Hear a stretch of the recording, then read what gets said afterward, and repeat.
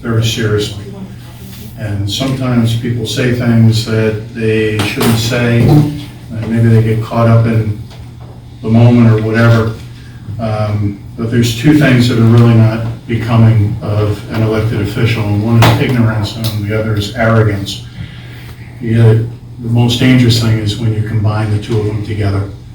There's been a lot of rhetoric out there and a lot of things that have been said that are not true.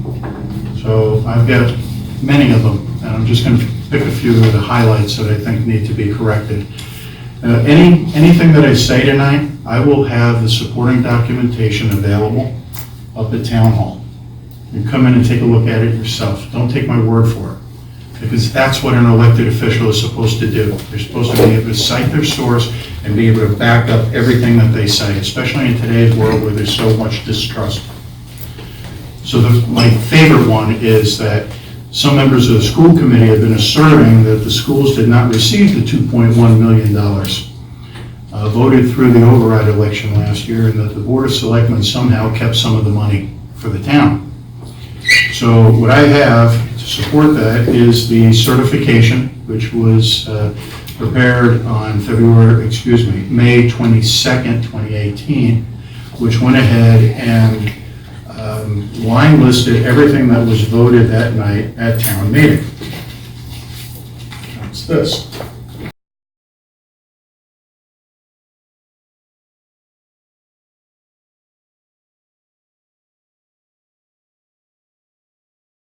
Very clearly states that the tax levy was $15,824,799, and the override that was put on the ballot that night was $2,115,992 for a total of $17,958,791. Then we move on to this. So this is the certification, and then we had the vote. We had the override vote, and that was passed. So we move over to accounting, and this I received from accounting.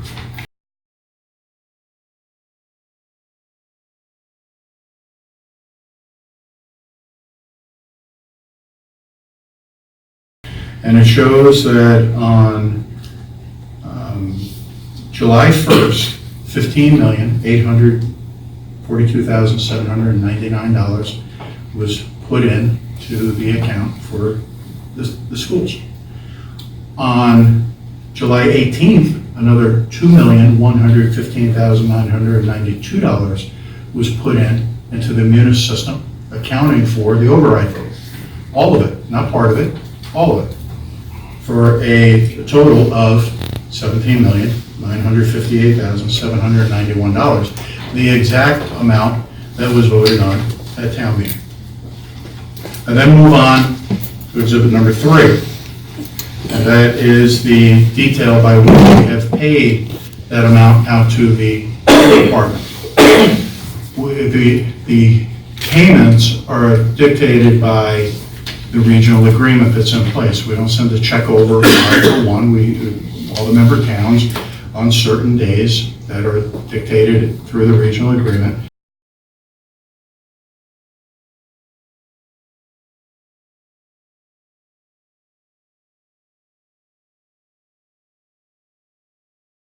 We have made 4 of 5 payments thus far, with the most recent one being sent on the 9th of May. We have paid so far $15,585,084. We have one more payment. That payment will be sent on June 1st for $2,244,848.75. And when you add all that together, it comes back to $17,958,791. So anyone who still thinks that there's some way that this town kept some of the money that was voted on to be sent to the schools, please come. I'd be more than happy to give you a copy of these documents. Someone actually said that now that an override election has succeeded, the schools are entitled to 100% of all free cash, which is generated by the town. And free cash and override have nothing to do with one Division of Local Services defines free cash as a revenue source that results from the calculation as of July 1st of a community's remaining unrestricted funds from its operations of the previous fiscal year based on the balance sheet as of June 30th. It typically includes actual receipts in excess of revenue estimates and unspent amounts in departmental budget lines for the year just ended, plus unexpended free cash from the previous years. It goes on to say that as a non-reoccurring revenue source, which you've heard the chairman of the Finance Committee say many times, you cannot count on it every year, free cash should be restricted to paying one-time expenditures, funding capital projects, or replenishing other reserves. When a community incorporates free cash into revenue source projections for the next year operational expenses, it is prudent to place a percentage restriction on the total free cash to be used. In other words, you can't guarantee it's there next year. That's what happened to us. We kept trying to meet the demands of the school department by utilizing our free cash, and one year we ran out of it. That pure and simple, that's what happened. That resulted in the override. We're going to talk a little bit about using stabilization. If they continue to pursue that, we will wind up in the same position next year or maybe the year after, but we'll have no stabilization account. We can't fund these things through those type of expenses. It has to be through raise and appropriate. We have been accused that the Board of Selectmen have failed in an attempt to work with the school administration and the school committee to reach a compromise. And there's going to be some people who are not very happy with me with what I am about to say, but it can be documented. This is not true. And I believe that we could have stood united at town meeting, because I personally met with Dr. Azar at the request of this board to see if a compromise could be reached. And it was based on new information that was available to both the schools and the town. We met for over an hour on May 7th. It's documented. We agreed that we would each go back to our respective boards and present the details. Dr. Azar presented the compromise and included reductions which would not interfere with the education of the students. Unfortunately, the school committee decided not to accept the recommendation of their own superintendent and rejected his proposal, and it decided to pursue their plan to take the fund from the town's stabilization fund. So there's not going to be, some people are not going to be happy that I disclose that. But that was an attempt to reach an accommodation that both the school and the town could live with. And Dr. Azar came up to me before the beginning of town meeting and he said, "I'm sorry I tried," which I accept. But then there's a disconnect with the fiery speech that we all were subjected to during town meeting. But I guess I understand that because he doesn't work for the town, he works for the school committee.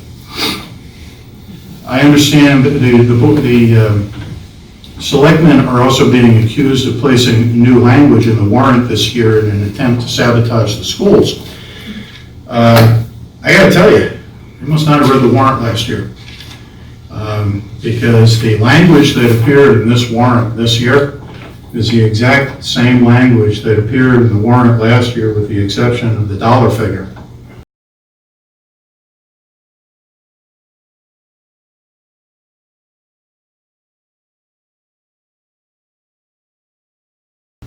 To the word, to the comma, to the period. It's very clear. Again, this is available for anyone who wants a copy. Come up, visit me at Town Hall. I'd be more than happy to share it with you.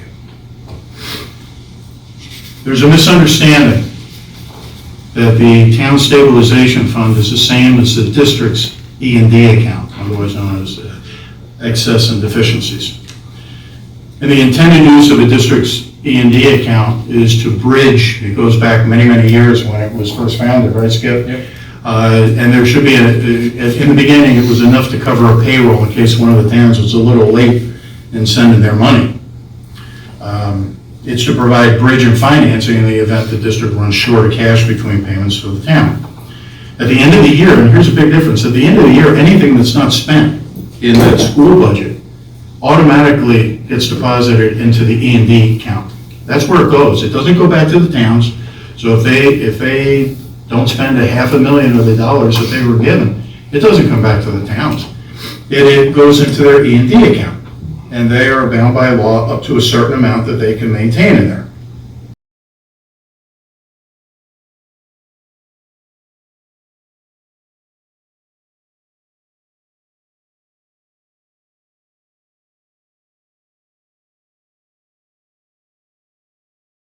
That's unlike our stabilization account.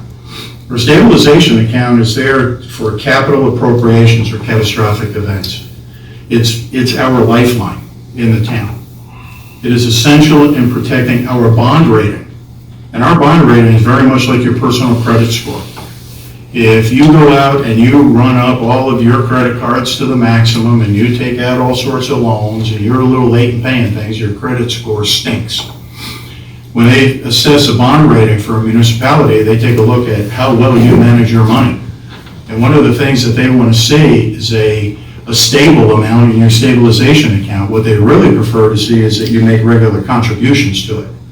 I don't remember the last time we actually contributed to our stabilization account because we have no money to appropriate because we do everything we can to feed the insatiable appetite of the school. And we also have needs in the town that we have to meet. So this is not blaming the schools for everything.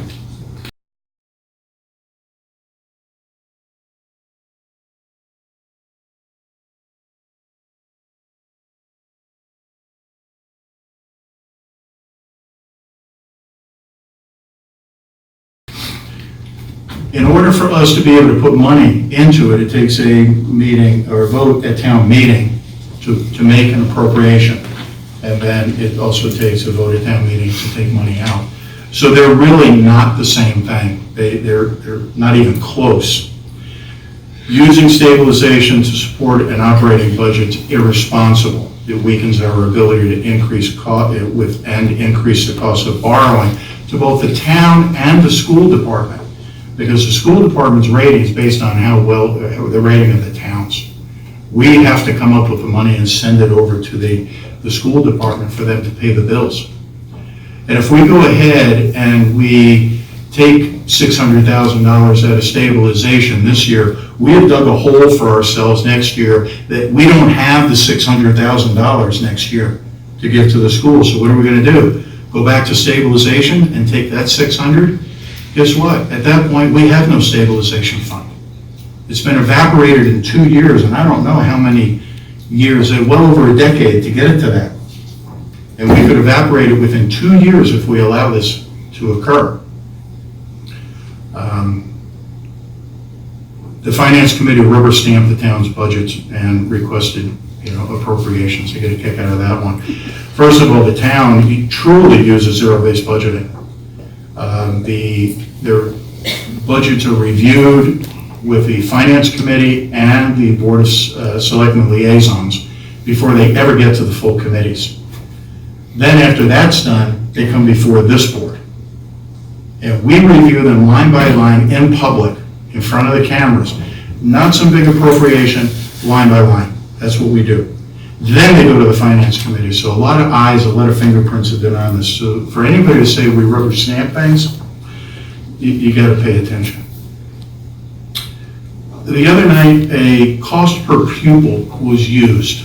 When the folks from Bristol Plymouth got up, a question was asked by a member of the audience, what is your cost per pupil? And Bristol Plymouth had a total assessment of somewhere around $512,000. That $512,000 included operating, it included capital, and it included transportation.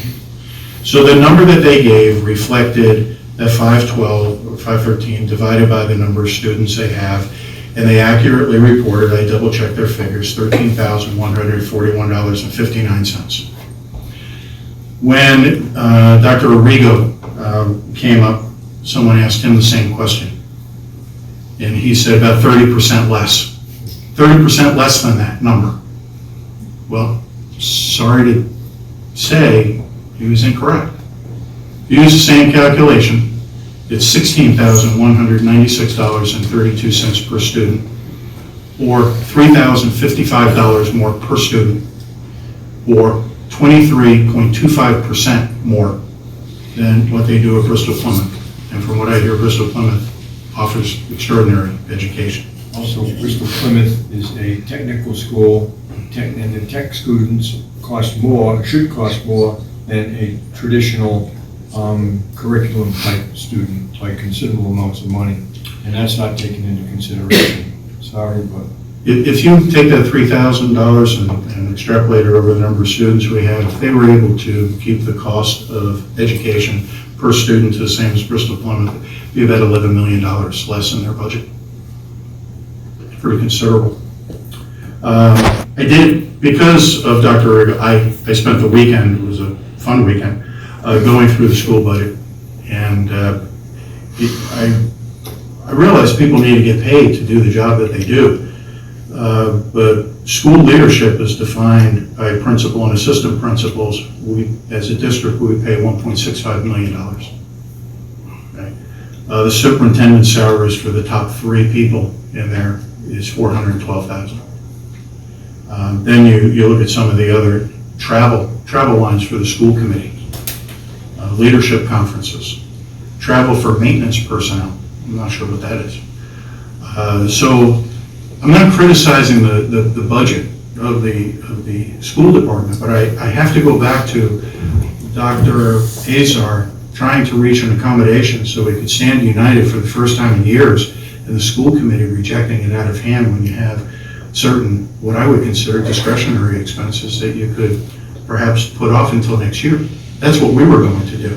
There were things that we wanted to do. We identified through zero-based budgeting, and that's the idea of zero-based budgeting.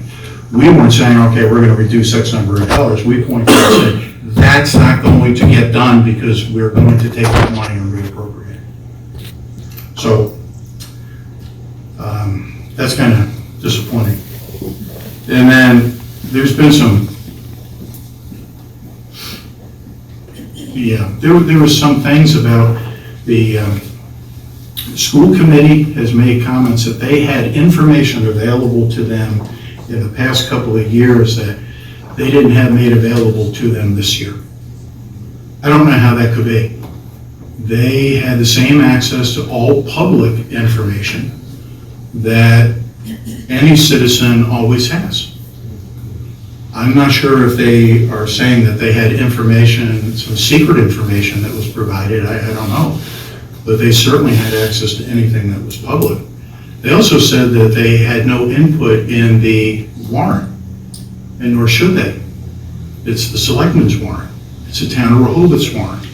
We prepare the warrant. And if they actually did have some input into previous year's warrants, it was inappropriate. I'm unaware of it, but they're claiming that they did. never happened. And it was, if it's inappropriate to say that. And also the comments that were made at the last one about, we're snakes and that we're up to shenanigans. Comments like this coming from elected officials are, they fail to improve the dialogue, let's just put it that way. It's an embarrassment for the school committee. It's an embarrassment for the towns that they represent. And I'll just end with this. There's also comments that were made at that same meeting, and they kept referring to a new town administrator. Well, we don't have a new town administrator, folks, and I don't know how many times we have to say this.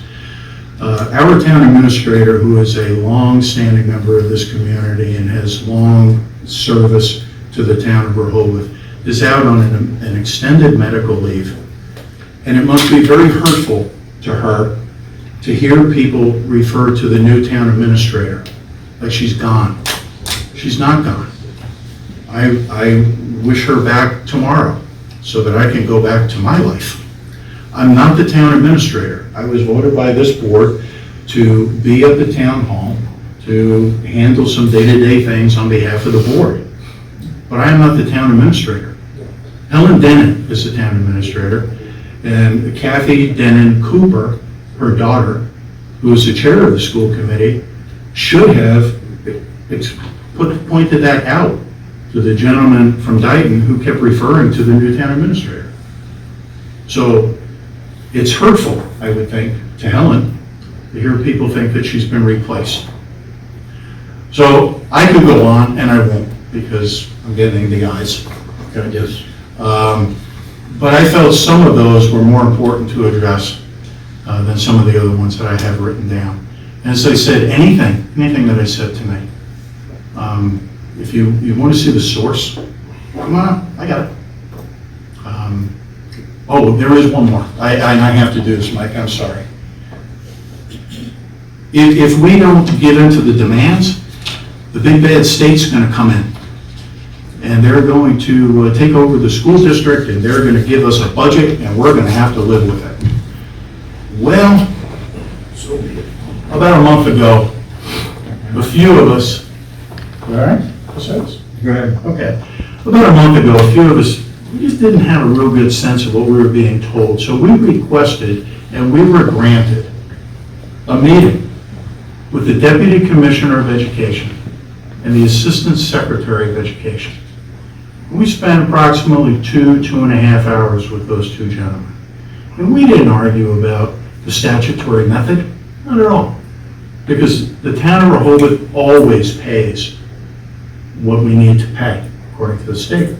Never been a question. But what we were able to do was get a real good indication that not everything we've been told about what we can do and what we can't do and what the regional agreement must look like and what it can't look like, it's just not true, folks. And this is coming from two of the senior people who know this stuff. It was a great conversation. And that's what I do, and that's what the members of this board do, is if we're unsure, we go to the experts. We don't make it up. We go to the subject matter experts, and we get their help in understanding it. And I'll be honest, by the time we got done, I actually asked them if they would come into Rehoboth to look at the budget, because I think that that would be a great thing for both towns and all the taxpayers of Rehoboth and Dayton. Is if we got somebody with the expertise of DESI to come in and look at this budget, unlike the way that most members, not all, but most members of our school committee have failed to do. I welcome them. I welcome them in town. I am not afraid, and nor should anybody else be afraid, that the folks from DESI will come in. So, I think that covers it. So, anything else, folks?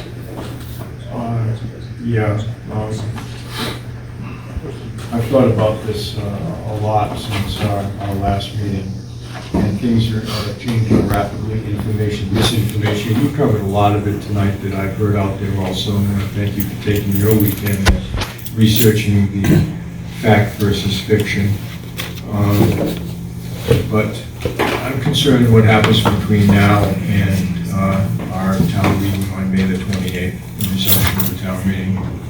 And that's because due to the limited time that now remains between now and then, and we have a holiday weekend, and the availability of this board to react to any situations will be very limited because of the commitments that the selectmen have and will make us available during that time frame. I think it would be wise and prudent for this board to empower the chairman to take any actions necessary to protect the position of the town at the annual town meeting, assumption of the annual town meeting on Tuesday, the May the 28th. The motion? Yeah, it is. I would second that motion. There's a motion and a second discussion. I think if one person does it, or spare, or it follows the information, there won't be any confusion. You've done a very good job representing this board, Jerry,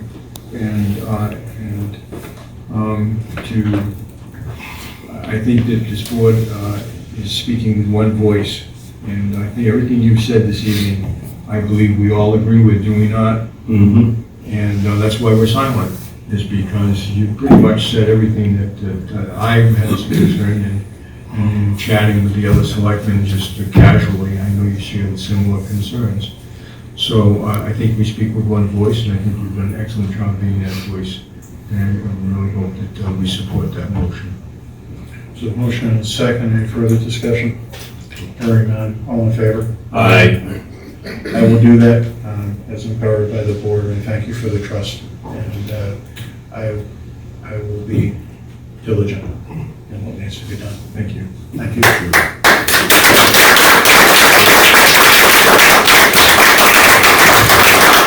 Mr. I Chairman. guess we're